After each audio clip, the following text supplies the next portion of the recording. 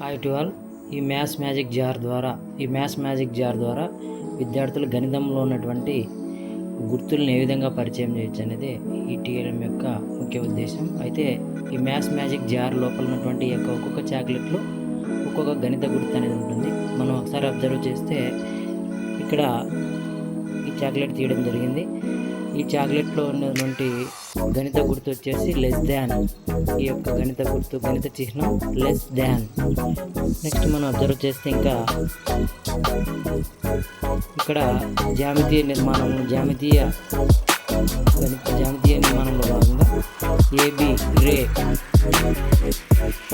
Next మనం observe చేస్తే ఇంకా ఈ రకాల చాక్లెట్ని పరిశీలించినట్లయితే ప్లస్ వచ్చేసి విధంగా ఈ చాక్లెట్ గుర్తు వచ్చేసి ప్లస్ సింబల్గా మనం విద్యార్థులకు తెలియజేయడం జరుగుతుంది. అదేవిధంగా మనం అబ్జర్వ్ చేస్తే ఇక్కడ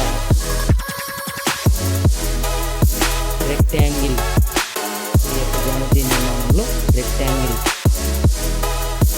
నెక్స్ట్ మనం పరిశీలిస్తే ఇంకా ఇక్కడ వచ్చేసి డివైడెడ్ బై, ఈ యొక్క డివైడెడ్ బై యొక్క గణిత గుర్తు వచ్చేసి డివైడెడ్ బై.